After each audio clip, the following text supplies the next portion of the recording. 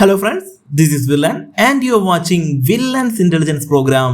എല്ലാവർക്കും നമ്മുടെ പുതിയൊരു ക്ലാസ്സിലേക്ക് സ്വാഗതം. അപ്പോൾ നമ്മൾ എടുത്തുകൊണ്ടിരിക്കുന്ന ഡിഗ്രി പ്രിലിംസിന് വേണ്ടിയിട്ടുള്ള സീരീസിലെ മറ്റൊരു തീപ്പാറും ക്ലാസ്സുമായിട്ടാണ് നമ്മൾ വന്നിരിക്കുന്നത് കേട്ടോ.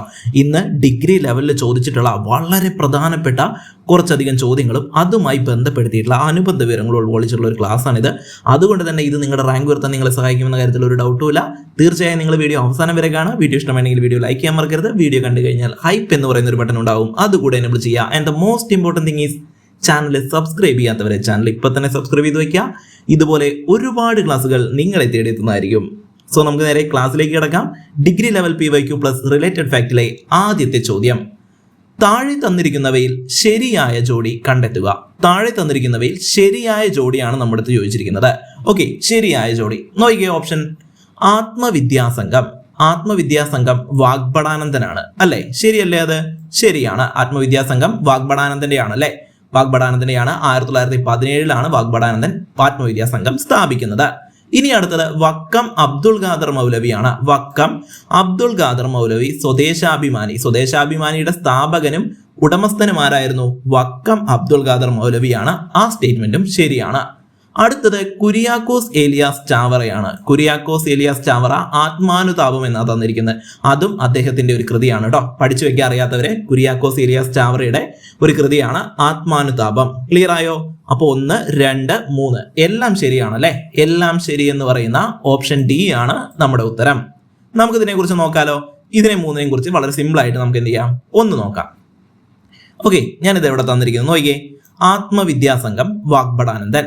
കണ്ടോ, 1917 വാഗ്ഭടാനന്ദൻ സ്ഥാപിച്ച സാമൂഹിക പരിഷ്കരണ പ്രസ്ഥാനമാണ് ആത്മവിദ്യാസംഘം. ഉണരുവിൻ അഖിലേശനെ സ്മരിക്കുവിൻ, ക്ഷണമെഴുന്നേൽപ്പിൻ അനീതിയെ എതിർപ്പിൻ. ഉണരുവിൻ അഖിലേശനെ സ്മരിപ്പിൻ, ക്ഷണമെഴുന്നേൽപ്പിൻ അനീതിയെ എതിർപ്പിൻ എന്നത് ഈ സംഘടനയുടെ പ്രധാന മുദ്രാവാക്യമായിരുന്നു. മക്കളെ, വളരെ പ്രധാനപ്പെട്ട ഒരു കാര്യമാണ് കേട്ടോ. സ്ഥിരം ചോദിക്കുന്ന ഒരു കാര്യമാണ് ആത്മവിദ്യാസംഘം വാഗ്ഭടാനന്ദൻ. നിങ്ങൾ മുന്നേ എക്സാമുകൾ എഴുതിയ ആൾക്കാരാണെങ്കിൽ തീർച്ചയായിട്ടും അറിഞ്ഞിട്ടുണ്ടാവും. എപ്പോഴും എല്ലാ എക്സാമുകൾക്കും ഇന്ന ലെവലൊന്നും നോക്കാതെ എല്ലാ എക്സാമുകൾക്കും സ്ഥിരം ചോദിക്കുന്ന കാര്യമാണ് ആത്മവിദ്യാസംഘവും വാഗ്ഭടാനന്ദനും. അപ്പോൾ അതിലിപ്പോൾ കുറച്ച് കാലമായിട്ട് ഈ വർഷം കാണുന്നുണ്ട്, 1917 സ്ഥാപിച്ച വർഷം കേട്ടോ. അപ്പോൾ ഇനി അങ്ങോട്ട് ചോദിക്കാൻ പറ്റിയ ഒരു അടിപൊളി ലൈനാണ്. ഇപ്പം നിങ്ങൾ കഴിഞ്ഞ ഡിഗ്രി പ്രിലിംസിനൊക്കെ ഒരു സംഭവം കണ്ടിട്ടുണ്ടാവും അല്ലെ? ഒരു മുദ്രാവാക്യം അല്ലെങ്കിൽ ഒരു മോട്ടോ എന്നൊക്കെ പറഞ്ഞൊരു ചോദ്യം വന്നിട്ടുണ്ടായിരുന്നു. അപ്പോൾ അതുപോലെ ചോദിക്കാൻ പറ്റിയത് ഒന്നാണ് ഉണരുവിൻ അഖിലേശനെ സ്മരിപ്പിൻ, ക്ഷണമെഴുന്നേൽപ്പിൻ അനീതിയെ എതിർപ്പിൻ. ഏത് സംഘടന മുദ്രാവാക്യമാണ്? ആത്മവിദ്യാസംഘത്തിന്റെയാണ്. പഠിച്ചു വെക്കുക, ഒരു റാങ്ക് മേക്കിംഗ് ചോദ്യമായി മാറാൻ സാധ്യതയുള്ളതാണ് കേട്ടോ. അടുത്തത് നോക്കിയേ, വക്കം അബ്ദുൾ ഖാദർ മൗലവിയാണ് സ്വദേശാഭിമാനി. സ്വദേശാഭിമാനി പത്രത്തിന്റെ സ്ഥാപകനും ഉടമയുമായിരുന്നു വക്കം അബ്ദുൾ ഖാദർ മൗലവി അല്ലെ? ഞാൻ പറഞ്ഞതാണ്, സ്ഥാപകനുമാരാണ്, ഉടമയും അദ്ദേഹം തന്നെയായിരുന്നു. 1905 അദ്ദേഹം ഈ പത്രം ആരംഭിച്ചു. വർഷം വളരെ വളരെ ഇമ്പോർട്ടൻ്റ് ആണ് കേട്ടോ. സ്വദേശാഭിമാനി പത്രം ആരംഭിക്കുന്നത് 1905 പിന്നീട് രാമകൃഷ്ണ പിള്ളയെ ഇതിന്റെ പത്രാധിപരായി നിയമിച്ചു കേട്ടോ. അപ്പൊ നിങ്ങൾക്ക് എല്ലാവർക്കും ഇദ്ദേഹത്തെ അറിയുണ്ടാവും. പക്ഷെ ഇദ്ദേഹത്തെ രാമകൃഷ്ണ പിള്ള എന്ന് പറഞ്ഞാലല്ല നിങ്ങൾക്കറിയാം, സ്വദേശാഭിമാനി രാമകൃഷ്ണ പിള്ള എന്നാണ് കേട്ടോ. 1905 വക്കം അബ്ദുൾ ഖാദർ മൗലവിയാണ് ഇതിന്റെ സ്ഥാപകനായിരുന്നത്. എന്നാൽ ഈ പത്രത്തിന്റെ പത്രാധിപരായിട്ട് രാമകൃഷ്ണ പിള്ള, ഇതിന്റെ എഡിറ്ററൊക്കെ ആയിട്ട് വരുന്നത് 1906 കേട്ടോ. ഓക്കെ, അപ്പൊ എപ്പോഴും എല്ലാവർക്കും ഡൗട്ടുള്ളതാണ് ഈ പേര് അങ്ങനെ ആയതുകൊണ്ട്. സ്വദേശാഭിമാനി രാമകൃഷ്ണ പിള്ള എന്നറിയപ്പെടുന്നത് കൊണ്ട് തന്നെ എല്ലാവരും വിചാരിച്ചിരിക്കുന്നത് സ്ഥാപകൻ ആരാണ്, രാമകൃഷ്ണ പിള്ളയാണെന്നല്ല. തീർച്ചയായിട്ടും അല്ല, വക്കം അബ്ദുൾ ഖാദർ മൗലവിയാണ് സ്വദേശാഭിമാനി പത്രത്തിന്റെ സ്ഥാപകൻ 1905. പിന്നീടാണ് രാമകൃഷ്ണ പിള്ള ഇതിന്റെ പത്രാധിപരായിട്ട് വരുന്നത് 1906 കേട്ടോ. ക്ലിയർ ആയോ? ആ ഡൗട്ട് ഇപ്പൊ തന്നെ അങ്ങ് തീരട്ടെ. അടുത്ത നോക്കിയേ, കുര്യാക്കോസ് ഏലിയാസ് ചാവറ ആത്മാനുതാപം എന്താ പറയുന്നത്? കേരളത്തിലെ പ്രശസ്തനായ സാമൂഹിക പരിഷ്കർത്താവും വിശുദ്ധനുമായ ചാവറ കുര്യാക്കോസ് ഏലിയാസ് അച്ഛൻ രചിച്ച കൃതിയാണ് ആത്മാനുതാപം. ഇപ്പൊ എന്താ പറഞ്ഞത്? നമ്മുടെ കുര്യാക്കോസ് ഏലിയാസ് ചാവറ അല്ലെ? എല്ലാവർക്കും അറിയാം. ഓക്കെ, ചാവറയച്ചൻ എന്നൊക്കെ അറിയപ്പെടുന്ന ആരാണ്? ഇദ്ദേഹമാണ്. അപ്പോൾ ചാവറയച്ചൻ രചിച്ച ഒരു കൃതിയാണ് ആത്മാനുതാപം. ഇതൊരു ദീർഘ കവിതയാണ്. ഇതൊരു വലിയ ലോങ് പോയമാണ് കേട്ടോ. ഒരു ദീർഘ കവിതയാണ്. മലയാള സാഹിത്യത്തിലെ ഭക്തികാവ്യങ്ങളിൽ ഇതിന് പ്രധാന സ്ഥാനമുണ്ട്. മലയാള സാഹിത്യത്തിലെ ഭക്തികാവ്യങ്ങളിലാണ് ആത്മാനുതാപം പെടുന്നത്. ക്ലിയർ ആയോ? അപ്പൊ ആ 3 ഓപ്ഷൻ നമ്മൾ എന്ത് ചെയ്തു? വളരെ വ്യക്തമായിട്ട് പഠിച്ചൂടാ. വളരെ സിമ്പിൾ ഒരു ചോദ്യമാണെന്ന് കരുതി തള്ളിക്കളയരുത്. നല്ല ഡീറ്റെയിൽ ആയിട്ട് ചോദിച്ച ഒരു ചോദ്യമായിരുന്നു. കേരള ഹിസ്റ്ററിയിൽ നിന്ന് വന്ന ഒരു ചോദ്യമാണ്. ഓക്കെ അല്ലേ? ശരി, അങ്ങനെയെങ്കിൽ അടുത്ത ചോദ്യത്തിലേക്ക് നമുക്ക് പോവാം. ഫ്രഞ്ച് വിപ്ലവത്തിന്റെ ഫലങ്ങളിൽ ഉൾപ്പെടാത്ത താഴെ തന്നിരിക്കുന്ന പ്രസ്താവന ഏത്? ഫ്രഞ്ച് വിപ്ലവത്തിന്റെ ഫലങ്ങളിൽ ഉൾപ്പെടാത്ത താഴെ തന്നിരിക്കുന്ന പ്രസ്താവന ഏത് എന്നാണ് ചോദ്യം. ഓക്കെ, അപ്പോൾ ഇവിടെ ഫ്രഞ്ച് വിപ്ലവം കേട്ടോ. എല്ലാ പ്രാവശ്യവും പ്രിലിംസിന് ഏറ്റവും കൂടുതൽ റിപ്പീറ്റ് ചെയ്ത വിപ്ലവം ഏതാണെന്ന് ചോദിച്ചു കഴിഞ്ഞാൽ അത് ഫ്രഞ്ച് വിപ്ലവമാണ് കേട്ടോ. വേൾഡ് ഹിസ്റ്ററിയിൽ നിന്ന് പറയുവാണെങ്കിൽ വേൾഡ് ഹിസ്റ്ററിയിൽ നിന്ന് ഏറ്റവും കൂടുതൽ റിപ്പീറ്റ് ചെയ്ത വിപ്ലവം ഏതാണെന്ന് ചോദിച്ചു കഴിഞ്ഞാൽ അത് ഫ്രഞ്ച് വിപ്ലവമാണ്. രണ്ടാം സ്ഥാനത്ത് കിടക്കുന്ന അമേരിക്കൻ വിപ്ലവവും റഷ്യൻ വിപ്ലവമാണ് കേട്ടോ. അപ്പോൾ ആ ഫ്രഞ്ച് വിപ്ലവത്തിൽ നിന്നാണ് ഞാൻ ചോദ്യം തന്നിരിക്കുന്നത്. അപ്പോൾ ഫ്രഞ്ച് വിപ്ലവത്തിന്റെ ഫലങ്ങളിൽ ഉൾപ്പെടാത്തത് താഴെ തന്നിരിക്കുന്ന പ്രസ്താവന ഏത് എന്നാണ് ചോദിക്കുന്നത്. ഉൾപ്പെടാത്തതാണ് ഉൾപ്പെടാത്തത്. ശ്രദ്ധിക്കണേ, ഉൾപ്പെടാത്തത്. നോക്കിയേ, ബോർബൺ രാജവംശം, ഇത് വേണം ബാർബോണ തന്നിരിക്കുന്നത് കേട്ടോ. ബൂർബൺ രാജവംശമാണ്, ശരിയാണ് കേട്ടോ. ബൂർബൺ രാജാക്കന്മാരുടെ സ്വച്ഛാധിപത്യ ഭരണത്തിന്റെ അവസാനം ഏതാണ്? അവസാനമാണ് അല്ലെ. അപ്പൊ എന്താ പറഞ്ഞത്? ഫ്രഞ്ച് വിപ്ലവത്തിന്റെ ഫലങ്ങളിലേതായിരുന്നു ബൂർബൺ രാജാക്കന്മാരുടെ സ്വേച്ഛാധിപത്യത്തിന്റെ അവസാനം. ശരിയാണ്. അടുത്ത് നോക്കിയേ, മധ്യവർഗ സമൂഹത്തിന്റെ അവസ്ഥ മാറ്റമില്ലാതെ തുടർന്നു. തെറ്റിയില്ലേ? അത് തെറ്റിപ്പോയി അല്ലെ. മാറ്റം വന്നു എന്നാണ്, മാറ്റമില്ലാതെ തുടർന്നു എന്നാണ് ഇവിടെ തന്നത്. അതുകൊണ്ട് നമ്മുടെ ഉത്തരം ഓപ്ഷൻ ബി ആണ്. പക്ഷെ അടുത്തൂടെ പഠിക്കാലോ.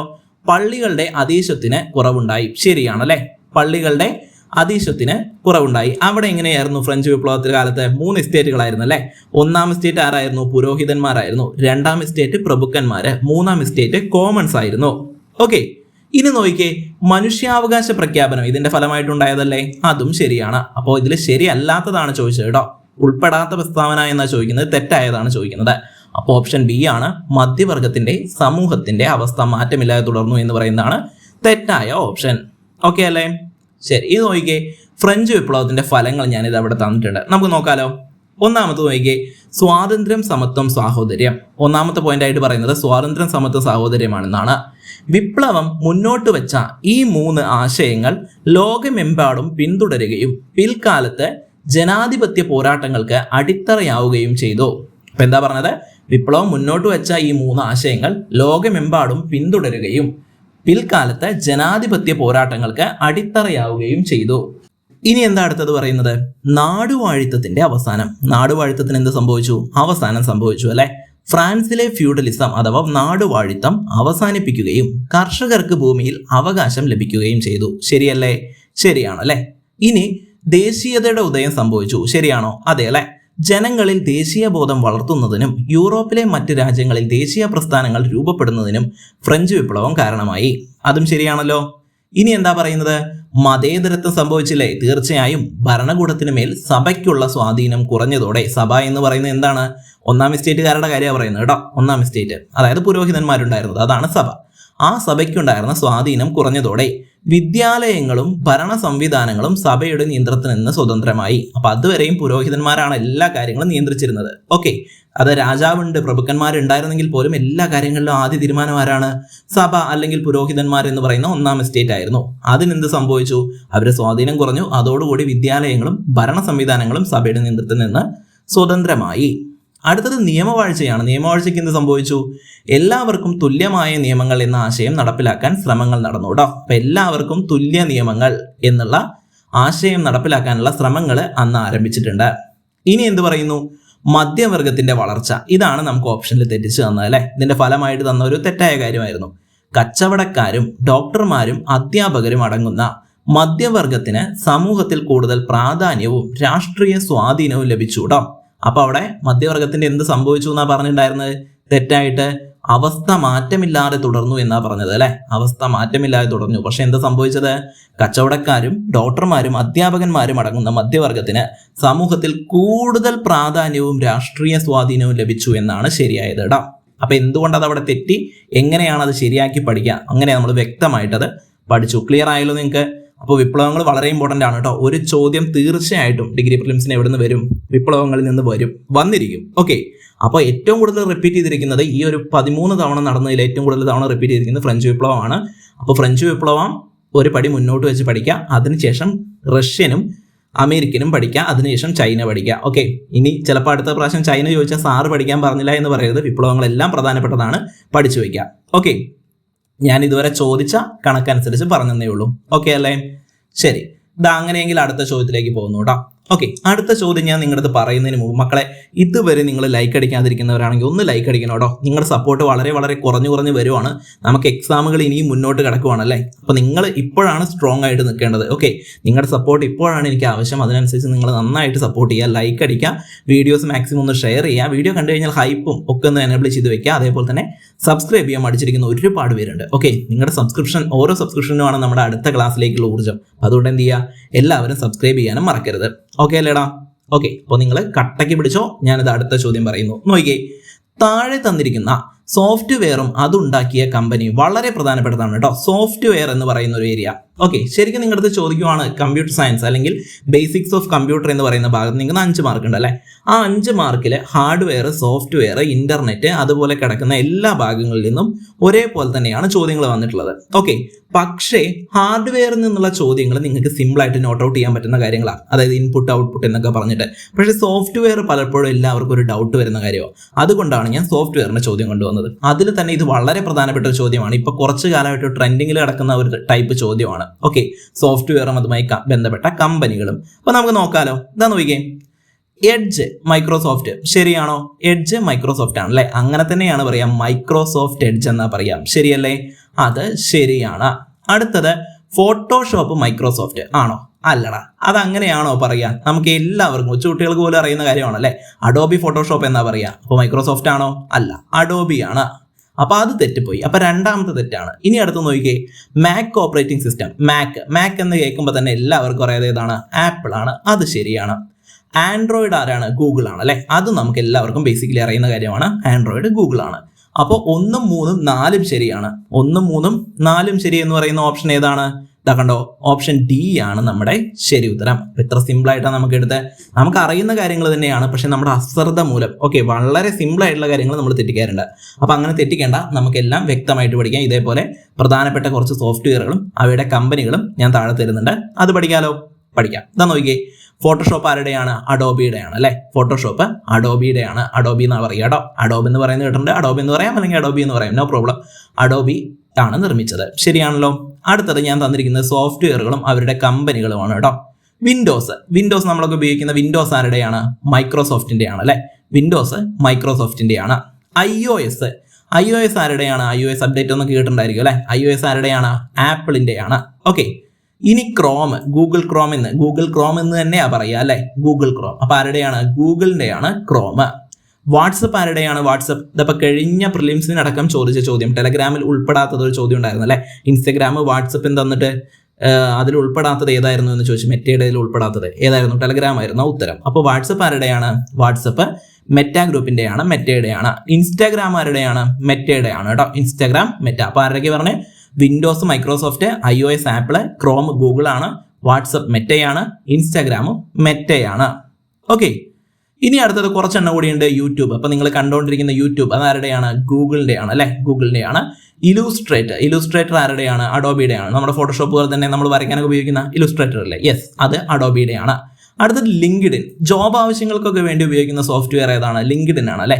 അപ്പൊ ലിങ്ക്ഡിൻ ആരുടെയാണ്? അത് മൈക്രോസോഫ്റ്റിന്റെ ആണ്. അലക്സ നിങ്ങൾക്ക് അറിയാം അല്ലെ. ഹോം അപ്ലയൻസസ് ഒക്കെ ഓട്ടോമേറ്റഡ് ആക്കുന്നത് അലക്സ ഉണ്ടല്ലോ. അലക്സ ആരുടെയാണ്? ആമസോണിന്റെ. ജാവാസ്ക്രിപ്റ്റ് ആരുടെയാണ്? അത് നെറ്റ്സ്കേപ്പിന്റെ ആണ് കേട്ടോ. നെറ്റ്സ്കേപ്പിന്റെ. സ്കൈപ്പ് ആരുടെയാണ്? മൈക്രോസോഫ്റ്റിന്റെ ആണ്. മൈക്രോസോഫ്റ്റിന്റെ ആണ്. സ്കൈപ്പ് ഒക്കെ മുൻപ് ഒരുപാട് തവണ ചോദിച്ചിട്ടുള്ളതാണ് കേട്ടോ. ഓക്കെ, അപ്പൊ ഇതല്ലാതെ കുറെ എണ്ണം ഉണ്ട്, പക്ഷെ അതൊക്കെ നമുക്ക് പേരിന്ന് തന്നെ എടുക്കാൻ പറ്റുന്ന കമ്പനികളാണ്. സോ കമ്പനികളുടെ പേര് വെച്ച് വരുന്ന ഒരുപാട് സോഫ്റ്റ്വെയർസ് ഉണ്ട്. സോ ഇതാണ് കുറച്ച് യൂണീക്ക് ആയിട്ട് നിന്നിരുന്നത്. അതുകൊണ്ടാണ് ഞാൻ എന്ത് ചെയ്തത്, ഇത് നിങ്ങളിലേക്ക് എത്തിച്ചത്. ക്ലിയർ ആയല്ലോ മക്കളെ? അപ്പൊ നിങ്ങൾക്ക് മനസ്സിലായെന്ന് വിശ്വസിക്കുന്നു. സിമ്പിൾ ആയിട്ട് എന്ത് ചെയ്തു, അത് നിങ്ങൾ പഠിച്ചല്ലേ. ഓക്കെ, കമ്പ്യൂട്ടർ സയൻസ് എന്ന് ചോദ്യങ്ങൾ എപ്പോഴും വരുന്ന ഒരു ഏരിയ ആണ് കേട്ടോ. അതേപോലെ നിങ്ങൾ പഠിക്കാത്തവരാണെങ്കിൽ നെറ്റ്വർക്കിംഗ്, ഇന്റർനെറ്റ്, അതേപോലെ തന്നെ ഹാർഡ്വെയറും സോഫ്റ്റ്വെയറും ഒക്കെ ഒന്ന് വ്യക്തമായിട്ട് പഠിച്ചു വെക്കാം. ഓക്കെ അല്ലേ? ശരി, അങ്ങനെയെങ്കിൽ നമ്മൾ അടുത്ത ചോദ്യത്തിലേക്ക് പോവുകയാണ്. താഴെ തന്നിരിക്കുന്ന നദികളെ കേരളത്തിൽ കൂടി ഒഴുകുന്ന ദൂരത്തിന്റെ അടിസ്ഥാനത്തിൽ വലുതിൽ നിന്നും ചെറുതിലേക്ക് ക്രമപ്പെടുത്തുക. വളരെ പ്രധാനപ്പെട്ട ഒരു ചോദ്യമാണ് കേട്ടോ. വലുതിൽ നിന്ന് ചെറുതിലേക്ക് എന്ന് പറയുന്നത് നമ്മുടെ ഡിഗ്രി പ്രിലിംസിന് കേരള ജിയോഗ്രഫിയിൽ നിന്ന് ഏറ്റവും കൂടുതൽ റിപ്പീറ്റഡ്ലി ചോദ്യങ്ങൾ വന്നിട്ടുള്ള ഒരു ഏരിയ ഏതാണെന്ന് ചോദിച്ചു കഴിഞ്ഞാൽ അത് നദികളാണ്. ഓക്കെ, നദികളാണ്. ആക്ച്വലി ഞാൻ ഈ ക്ലാസ് നിങ്ങൾക്ക് പ്ലാൻ ചെയ്തിരുന്നത് ടോപ്പിക് ഏതാണെന്ന് മാത്രം പറഞ്ഞങ്ങ് മുന്നോട്ട് പോകുന്ന ഒരു രീതിയായിരുന്നു. ഞാൻ ആദ്യം നിങ്ങൾക്ക് അങ്ങനത്തെ ഒരു ക്ലാസ് കൊണ്ടുവരാമെന്നാണ് വിചാരിച്ചത്. പിന്നെ എനിക്ക് തോന്നി ഞാൻ നിങ്ങളുടെ അടുത്ത് ടോപ്പിക്ക് പറഞ്ഞിട്ട് എന്താ ഇപ്പോൾ കാര്യം, അപ്പോൾ ജസ്റ്റ് എല്ലാവരും പറഞ്ഞു തരുന്ന പോലെ പറയാം.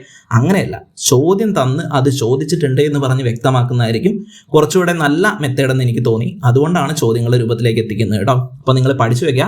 കേരള ജിയോഗ്രഫിയിൽ ഇതുവരെയുള്ള പ്രിലിംസിന്റെ ചരിത്രത്തിൽ ഏറ്റവും കൂടുതൽ ചോദ്യങ്ങൾ വന്നിട്ടുള്ളത് നദികളിൽ നിന്നാണ്. അതുകൊണ്ട് നിങ്ങൾ കേരള ജിയോഗ്രഫി വിട്ടുവെച്ച ഒരാളാണെങ്കിൽ അറ്റ്ലീസ്റ്റ് നദികളൊന്നും എന്ത് ചെയ്യുക, ഒന്ന് വായിച്ചു വെക്കാം. ഓക്കെ, അപ്പൊ ഇത് വളരെ സിമ്പിൾ ആയ ഒരു ചോദ്യമാണ്. ഇതിന്റെ ഉത്തരം ഏതാണ്? ഓപ്ഷൻ എ ആണല്ലേ. നമുക്കറിയാം, ഇങ്ങനെ തന്നെയാണ് നമ്മൾ പറയാറ്. കബനി, ഭവാനി, പാമ്പാറ്. കബനി, ഭവാനി, പാമ്പാറ്. കബനി, ഭവാനി, പാമ്പാറ്. ഓപ്ഷൻ എ ആണ് ശരി ഉത്തരം. പഠിക്കാലോ. എന്താ നോക്കിക്കേ, കേരളത്തിലൂടെ ഒഴുകുന്ന ദൂരത്തിന്റെ അടിസ്ഥാനത്തിൽ ഈ കിഴക്കോട്ടൊഴുകുന്ന നദികളുടെ ക്രമം താഴെ പറയുന്നതാണ്. കിഴക്കോട്ടൊഴുകുന്ന നദികൾ അല്ലേ, കിഴക്കോട്ടൊഴുകുന്ന നദികൾ എന്നും ചോദിക്കാറുണ്ട്. ഏതാണ്? ഈ മൂന്നെണ്ണമാണ്: കബനി, ഭവാനി, പാമ്പാറ്. നോക്കാലോ. കബനി ഏകദേശം 57 കിലോമീറ്റർ കേരളത്തിലൂടെ ഒഴുകുന്നുണ്ട്. കബനി എത്ര കിലോമീറ്റർ ആണ് കേരളത്തിലൂടെ ഒഴുകുന്നത്? 57 കിലോമീറ്റർ. ഭവാനി ഏകദേശം എത്ര കിലോമീറ്റർ ഒഴുകുന്നുണ്ട്? ഭവാനി 38 കിലോമീറ്റർ ഒഴുകുന്നുണ്ട്. 38 കിലോമീറ്റർ. പാമ്പാറോ 25 കിലോമീറ്റർ ആണ് കേട്ടോ. അത് ഏകദേശ കണക്കാണ്, ഞാൻ കറക്റ്റ് അല്ല പറയുന്നത്, ഏകദേശം. നിങ്ങൾ ജസ്റ്റ് ഒന്ന് പഠിച്ചു വെച്ചാൽ മതി, ആ ഓർഡർ ഒന്ന് ഓർത്ത് വെക്കാൻ വേണ്ടി മാത്രം. ഓക്കെ, അപ്പൊ കബനി കഴിഞ്ഞ് ഭവാനിയാണ്, ഭവാനി കഴിഞ്ഞ് കഴിഞ്ഞാൽ പാമ്പാറാണ്.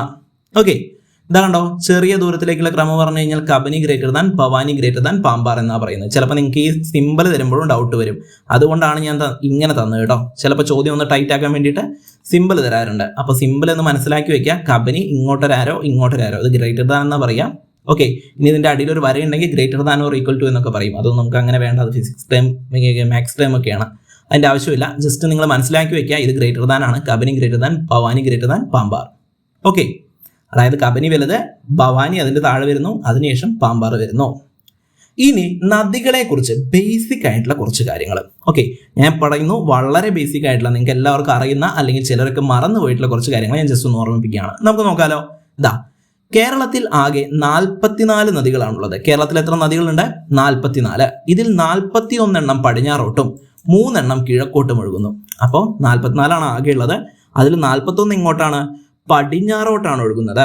3 എണ്ണം ഇങ്ങോട്ട് ഒഴുകുന്നു, കിഴക്കോട്ടാണ് ഒഴുകുന്നത് കേട്ടോ. ആ 3 എണ്ണമാണ് നമ്മളിവിടെ പഠിച്ച ഭവാനി, കബനി, ഭവാനി, പാമ്പാറ്. ഓക്കെ, ഇനി രണ്ടാമത്തെ നോക്കിക്കേ. കേരളത്തിൽ ഏറ്റവും നീളം കൂടിയ നദി ഏതാണ്? പെരിയാറാണ്. എപ്പോഴും PSC ചോദിക്കുന്ന ഒരു ചോദ്യമാണ് കേട്ടോ. പെരിയാറാണ് ഏറ്റവും നീളം കൂടിയ നദി. എത്രയാണ്? 244 കിലോമീറ്റർ കേട്ടോ. കിലോമീറ്റർ ചോദിക്കാറുണ്ടേ. 244 കിലോമീറ്റർ. ഇതിനെ കേരളത്തിന്റെ ജീവരേഖ എന്ന് വിളിക്കുന്നു. അതും ചോദിച്ചതാണ് വിശേഷണം. കേരളത്തിന്റെ ജീവരേഖ എന്ന് വിളിക്കുന്നത് ഏത് നദിയാണെന്ന് കേട്ടോ. അപ്പൊ ഏതാണ്? പെരിയാറാണ്. ഓക്കെ, നിങ്ങൾ ഇങ്ങനെ ഞാൻ സിമ്പിൾ ആയിട്ട് പറയുമ്പോൾ ഇതൊക്കെ ഡിഗ്രി ലെവലിന് ചോദിക്കും മക്കളെ. അതെങ്ങനെയാന്ന് വെച്ച് കഴിഞ്ഞാൽ ഈ ഒരു ചോദ്യം ഒരുമിച്ച് ചോദിക്കാലോ. ഞാൻ ജസ്റ്റ് നിങ്ങൾക്ക് ഒരു ഔട്ട്ലൈൻ കാണിച്ചു തരാം.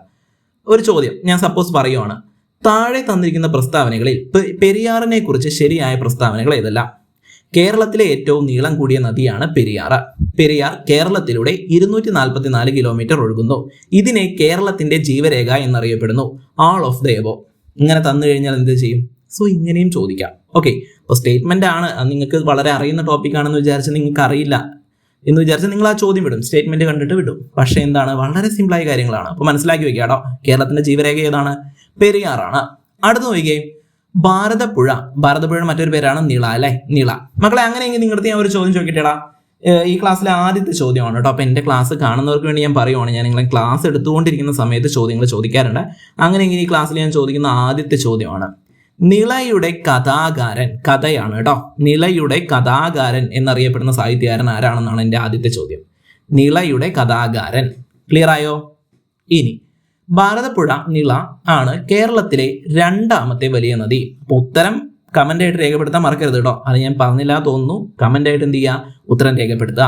ഓക്കെ അല്ലേ? ഒന്നാമത്തെ എന്തായിരുന്നു? നിളയുടെ കഥാകാരൻ എന്നറിയപ്പെടുന്ന സാഹിത്യകാരൻ ആരാണ്? കേരളത്തിലെ 2ാമത്തെ വലിയ നദിയാണ് കേട്ടോ ഭാരതപ്പുഴ. ഇതിന്റെ നീളം 209 കിലോമീറ്റർ ആണ് ചോദിച്ചിട്ടുണ്ട്. പമ്പാ നദിയാണ് കേരളത്തിലെ 3ാമത്തെ വലിയ നദി. ഓക്കെ, പമ്പാ നദി അല്ലെ. പമ്പാ നദി. മക്കളെ, അങ്ങനെയെങ്കിൽ കേരളത്തിൽ ദക്ഷിണ ഭാഗീരഥി എന്നറിയപ്പെടുന്ന നദി ഏതാണ്? 2ാമത്തെ ചോദ്യമാണ് കേട്ടോ. ദക്ഷിണ ഭാഗീരഥി എന്നറിയപ്പെടുന്ന നദി ഏതാണ്? ഓക്കെ, എത്ര കിലോമീറ്റർ ആണ്? 176 കിലോമീറ്റർ ആണ്. ദക്ഷിണ ഗംഗ എന്നും അറിയപ്പെടുന്ന ഏതാണ്? പമ്പാ നദിയാണ് കേട്ടോ. കാസർഗോഡ് ജില്ലയിലൂടെ ഒഴുകുന്ന മഞ്ചേശ്വരം പുഴയാണ് കേരളത്തിലെ ഏറ്റവും ചെറിയ നദി. കാസർഗോഡ് ജില്ലയിലൂടെ ഒഴുകുന്ന മഞ്ചേശ്വരം പുഴ വളരെ ഇമ്പോർട്ടൻ്റ് ആണ്, എപ്പോഴും ചോദിക്കുന്ന ഒരു ചോദ്യമാണ്. കേരളത്തിലെ ഏറ്റവും ചെറിയ നദി 16 കിലോമീറ്റർ മാത്രം ഒഴുകുന്ന മഞ്ചേശ്വരം പുഴ കാസർഗോഡ് ജില്ലയിലൂടെയാണ് കേട്ടോ. ഇനി കേരളത്തിലെ മഞ്ഞ നദി എന്നറിയപ്പെടുന്നത്, ചോദിച്ച ചോദ്യമാണ്. മഞ്ഞ നദി യെല്ലോ റിവർ ഏതാണ്? കുറ്റ്യാടിപ്പുഴയാണ്. കുറ്റ്യാടിപ്പുഴ. വരൾച്ചാ സമയത്തും വറ്റാത്ത നദി എന്ന് വിശേഷിപ്പിക്കപ്പെടുന്നത് ചാലിയാറാണ്. വരൾച്ചാ സമയത്തും വറ്റാത്ത നദി എന്ന് വിശേഷിപ്പിക്കുന്ന ഏതാണ്? ചാലിയാറാണ്. ഇതിനെ ബേപ്പൂർ പുഴ എന്ന് വിളിക്കുന്നുണ്ട് കേട്ടോ. ചാലിയാറിന്റെ മറ്റൊരു പേരാണ് ബേപ്പൂർ പുഴ, ചോദിച്ചിട്ടുണ്ട്. ബേപ്പൂർ പുഴ എന്നറിയപ്പെടുന്ന ഏതാണ്? ചാലിയാറാണ്. ചാലിയാർ. അടുത്ത നോക്കിയേ, ഭാരതപ്പുഴയെ പൊന്നാനി പുഴ എന്നും പെരിയാറിനെ പ്രാചീന കാലത്ത് ചൂർണി എന്നും വിളിച്ചിരുന്നു. വളരെ വളരെ ഇമ്പോർട്ടൻ്റ് ആണ് കേട്ടോ. പൊന്നാനി പുഴ എന്നറിയപ്പെടുന്നത് ഭാരതപ്പുഴയാണ്. പെരിയാറിനെ ചൂർണി ചോദിച്ചിട്ടുണ്ട്.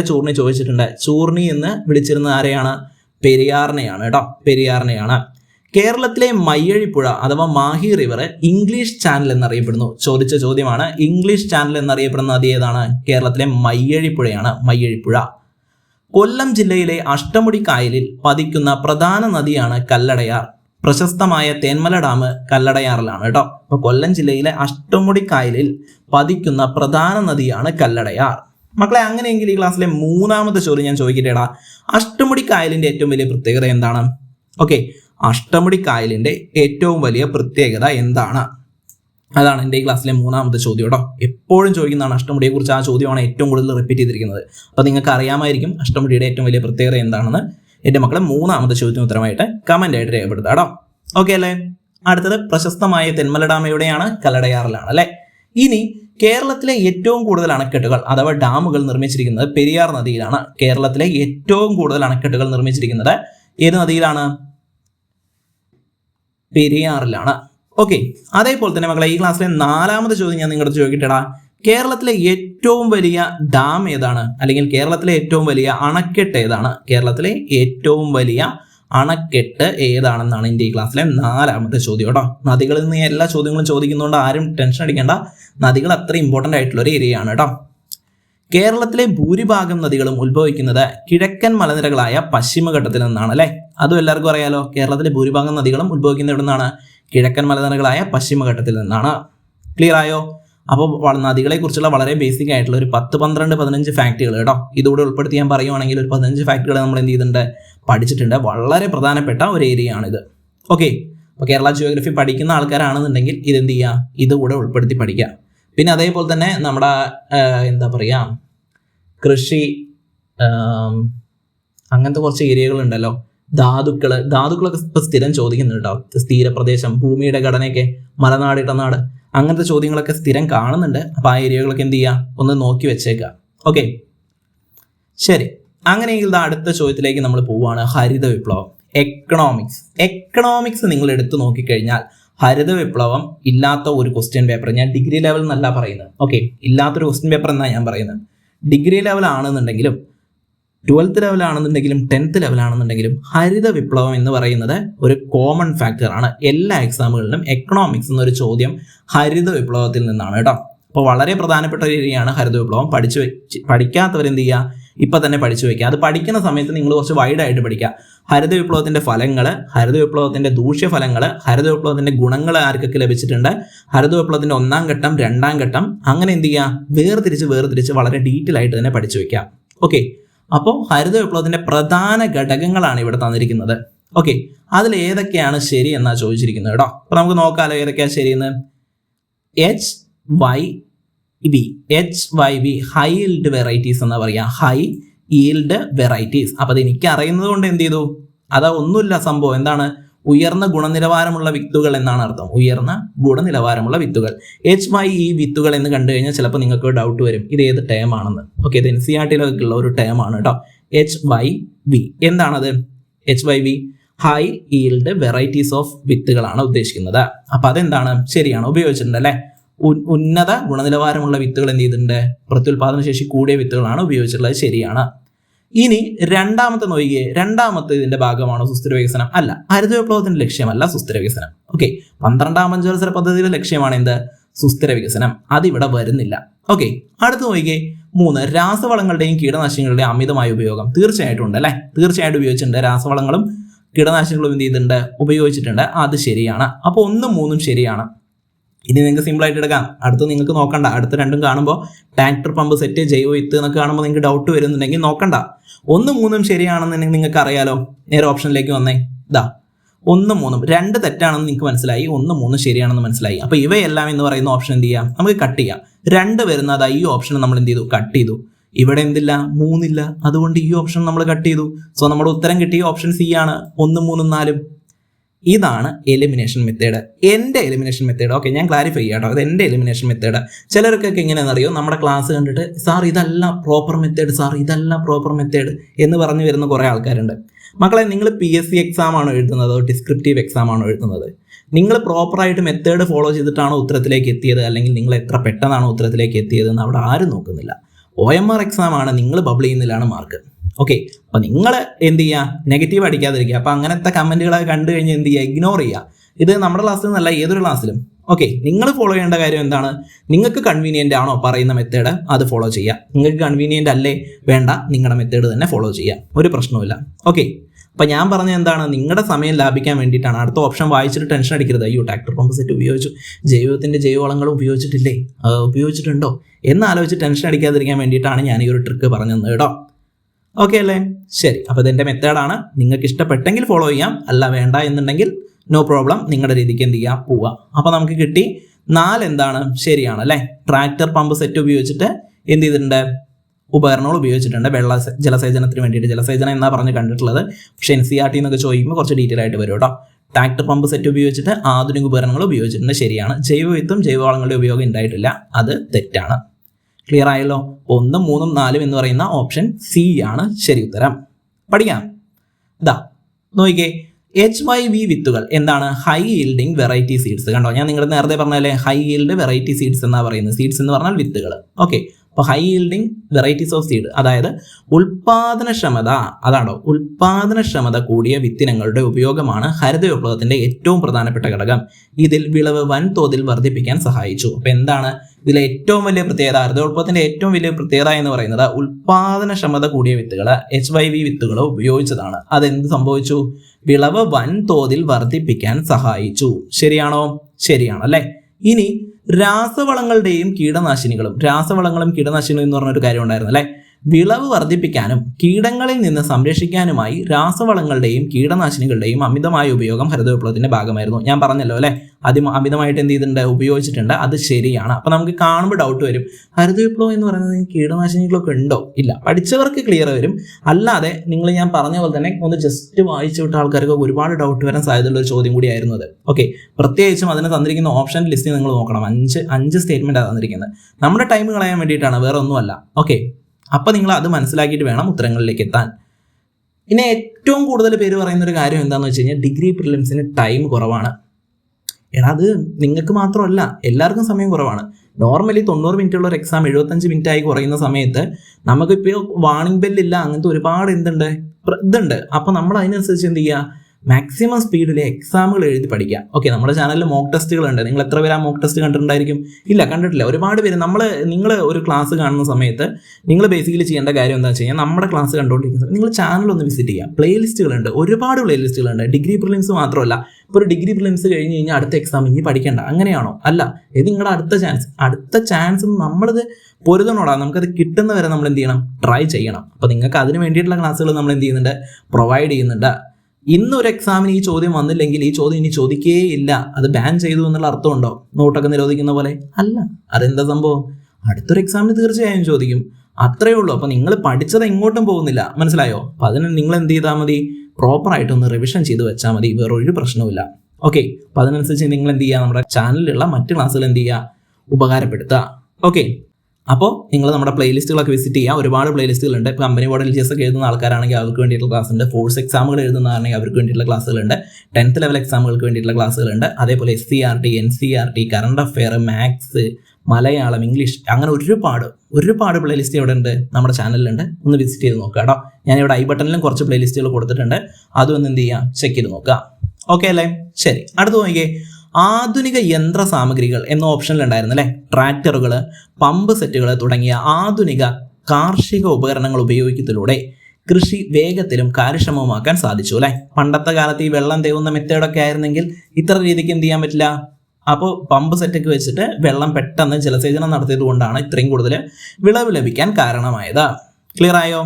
ഇനി എന്തുകൊണ്ട് മറ്റു ഓപ്ഷൻ 2 തെറ്റിപ്പോയി അത് നമുക്ക് മനസ്സിലാക്കണ്ടേ. ഇവിടെ നമ്മൾ 3 ശരിയായത് ഞാൻ എന്ത് ചെയ്തു, വിശദീകരിച്ചു തന്നു. പക്ഷെ എന്തുകൊണ്ട് ഈ 2ഉം 5ഉം തെറ്റിയെന്ന് ഞാൻ പറയില്ല. ശ്രദ്ധിച്ചേ, ഇതാ നോക്കിക്കേ, എന്തുകൊണ്ടാണ് മറ്റു ഓപ്ഷനുകൾ തെറ്റായത്. സുസ്ഥിര വികസനം അഥവാ സസ്റ്റൈനബിൾ ഡെവലപ്മെന്റ്, ഹരിത വിപ്ലവം പ്രധാനമായും ഉൽപാദനം വർദ്ധിപ്പിക്കുന്നതിലാണ് ശ്രദ്ധ കേന്ദ്രീകരിച്ചത്. അമിതമായ രാസവള ഉപയോഗം പരിസ്ഥിതിക്ക് ദോഷകരമായതിനാൽ ഇത് സുസ്ഥിര വികസനം എന്ന ഗണത്തിൽ പെടില്ല. കണ്ടോ, അമിതമായിട്ട് രാസവളം ഉപയോഗിച്ചു, അതുകൊണ്ട് എന്താണ്, അത് പരിസ്ഥിതിക്ക് ദോഷമാണ്. പക്ഷെ അത് എന്ത് ചെയ്യാൻ പറ്റില്ല. അതുകൊണ്ട് സസ്റ്റൈനബിൾ ഡെവലപ്മെന്റ് എന്ന് പറയുന്ന അല്ലെങ്കിൽ സുസ്ഥിര വികസനം എന്ന് പറയുന്ന ഗണത്തിൽ ഇത് പെടില്ല. ഇനി ജൈവ വിത്തുകളും വളങ്ങളും, ഹരിത വിപ്ലവം അടിസ്ഥാനപരമായി രാസവളങ്ങളെയും അത്യുൽപാദന ശേഷിയുള്ള കൃത്രിമ വിത്തുകളുമാണ് പ്രോത്സാഹിപ്പിച്ചത്, ജൈവ കൃഷിയല്ല. അപ്പൊ അതുകൊണ്ടാണ് അതും ഇതിൽ വരാതിരുന്നത് കേട്ടോ. ക്ലിയർ ആയോ നിങ്ങൾക്ക്? ആ പറഞ്ഞ 2 കാര്യങ്ങൾ നിങ്ങൾക്ക് ഓക്കെ ആയി എന്ന് ഞാൻ വിശ്വസിക്കുവാണ്. ഓക്കെ, അപ്പൊ ക്ലിയർ ആയല്ലോ.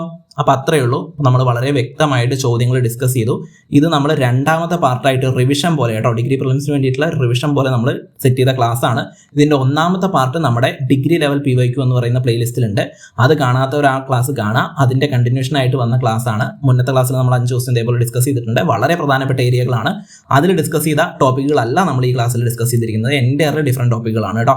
2 ക്ലാസ്സും നിങ്ങൾ എന്ത് ചെയ്യുക, പഠനത്തിന്റെ ഭാഗമാക്കുക. അവിടെ ഞാൻ ഇതേപോലെ കുറെ പ്രധാനപ്പെട്ട ടോപ്പിക്കുകൾ പറയുന്നുണ്ട്. കോൺസ്റ്റിറ്റ്യൂഷനൊക്കെ നമ്മൾ അവിടെ എടുത്തിട്ടുണ്ട് കേട്ടോ. അപ്പൊ എന്ത് ചെയ്യുക, ആ ക്ലാസ് കൂടെ കാണാം. ഇത് നമ്മുടെ 2ാമത്തെ ക്ലാസ് ആയിട്ട് നിങ്ങൾ കണക്കാക്കുക. ഓക്കെ അല്ലേ? അപ്പൊ റിവിഷൻ നമ്മുടെ 2ാമത്തെ കാർട്ടും ഇതേപോലെ ഫിനിഷ് ചെയ്തിരിക്കുകയാണ്. ഇന്ന് നിങ്ങൾ അടിപൊളിയായിട്ട് എന്ത് ചെയ്യുക, എക്സാം എഴുതുക. ടെൻഷൻ അടിക്കാതിരിക്കുക. ടൈം കിട്ടിയില്ല എന്ന് മാത്രം നിങ്ങൾ പറയരുത്, ടൈം മാനേജ് ചെയ്ത് പഠിക്കുക. ഓക്കെ, നിങ്ങൾക്ക് കൂടുതൽ മാർക്ക് സ്കോർ ചെയ്യാൻ പറ്റുന്ന ഇംഗ്ലീഷും മലയാളം ആണെന്നുണ്ടെങ്കിൽ ഇംഗ്ലീഷും മലയാളം ആദ്യം അറ്റൻഡ് ചെയ്യുക. 1 മുതൽ 100 വരെ അറ്റൻഡ് ചെയ്യണം എന്ന് പറഞ്ഞിരിക്കരുത്. ഓക്കെ, അറിയുന്ന ചോദ്യങ്ങൾ ആദ്യം എടുത്തോ. ഇപ്പൊ നിങ്ങൾക്ക് സ്റ്റേറ്റ്മെന്റ് വായിച്ച് ടൈം കളയുന്നുണ്ടെങ്കിൽ നിങ്ങൾ 1 വേർഡ് ഒക്കെ നോട്ട് ചെയ്ത് പെട്ടെന്ന് മാർക്ക് ചെയ്ത് പോവുക. കൂടുതൽ മാർക്ക് പെട്ടെന്ന് സ്കോർ ചെയ്തതിന് ശേഷം നിങ്ങൾ സ്റ്റേറ്റ്മെന്റിലേക്ക് കിടക്കുക. അല്ലെങ്കിൽ നിങ്ങൾക്ക് സ്റ്റേറ്റ്മെന്റ് പെട്ടെന്ന് കട്ട് ചെയ്യാൻ പറ്റുന്നുണ്ടെങ്കിൽ കട്ട് ചെയ്ത് അടുത്ത ചോദ്യത്തിലേക്ക് പോവുക. ഒരു ചോദ്യത്തിന് ഒരുപാട് സമയം വേസ്റ്റ് ചെയ്യാതിരിക്കുക. അങ്ങനെയൊക്കെ ചെയ്ത് കഴിഞ്ഞാൽ നിങ്ങൾക്ക് സിമ്പിളായിട്ട് എന്ത് ചെയ്യാൻ പറ്റും, സ്കോർ ചെയ്യാൻ പറ്റും. ഓക്കെ അല്ലേടാ? ഓക്കെ, പിന്നെ ഏറ്റവും പ്രധാനപ്പെട്ട കാര്യം, നിങ്ങളുടെ എക്സാം നിങ്ങളുടെ മാത്രമാണ്.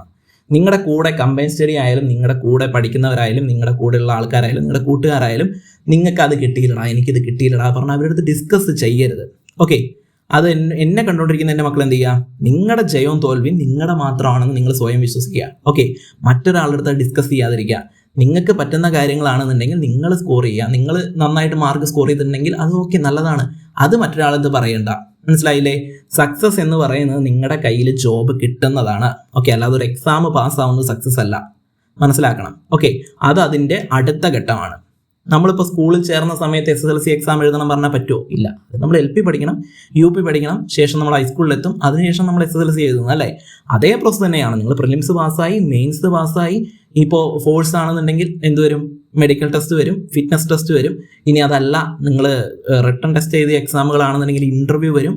അതെന്താണ്, അതൊക്കെ നിങ്ങൾ പാസ്സാവണം. അതിനുശേഷം നിങ്ങളുടെ കയ്യിൽ ജോബ് ഓപ്പൺ അല്ല കിട്ടി എന്ന് പറഞ്ഞു കഴിഞ്ഞാൽ മാത്രമാണ് എന്ത്, നിങ്ങൾ സക്സസ് ആവുന്നത് എന്ന് മനസ്സിലാക്കുക. അതുകൊണ്ട് എന്ത് ചെയ്യാതിരിക്കുക, എക്സാമിനെ കുറിച്ചും നിങ്ങളുടെ പഠനത്തെക്കുറിച്ചും കൂടുതൽ എന്ത് ചെയ്യരുത്, മറ്റുള്ളവരുടെ അടുത്ത് എനിക്കത് പഠിക്കാൻ പറ്റുന്നില്ല, ഇത് പഠിക്കാൻ പറ്റുന്നില്ല എന്ന് പറയരുത്.